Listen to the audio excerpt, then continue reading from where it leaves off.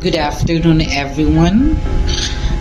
This is J. Mara G. Cantiveros. I am doing this for the subject speech registers for our professor, Dr. Rodora Magan. Good afternoon, everyone.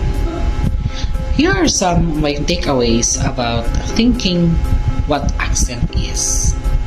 From what I've understood, the book Thinking with Accent was trying to give the different dimensions of how accents matter to a place and how it sounds culturally with people who live in it. Accent sets scenes, directs attention, and hails audiences. For me, for instances, the accent has also been a source of racial discrimination among speakers of English, regardless of whether he or she is from the USA, England, Canada, India, or countries in Asia whose people can speak English, most especially in the Philippines. Some who have learned English not from their mother tongue tend to be discriminated, especially when they speak to an American audience. The audience didn't mind the perception of communication, but instead focused on how he or she sounds while uttering the words that may sound different to them. They tend to laugh. Am I right? If we base it on Oxford English Dictionary, an accent is a phonological index of one's identity.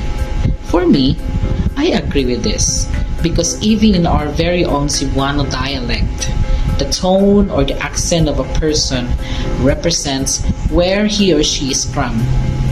For sure, all of you have noticed it. The differences matter until where the person is.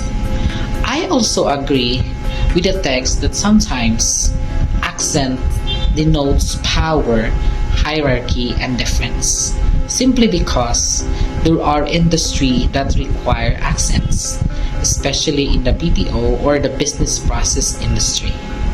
One must be able to speak the American accent neutrally to be passed and to be hired. Some customers who receive calls from Filipino customer service associates tend to discriminate because they don't mind the service but mind the intonation of the person, because their trust sometimes carries with it. I myself is an example because my American customer was looking for an American. Call center accents have become an increasing trend among corporate communications because business today is interconnected already through communication. But in some sense, accent matters to the listener because what he or she has heard matters. Some accents seem not easy to understand, right, because how that person speaks or utters. In general, accent really matters. A lot of studies have shown that accent usually phenomenologically define a person, regardless if the person does not intend to do something. That's why accent nowadays really matters, and your accent defines you. Thank you so much.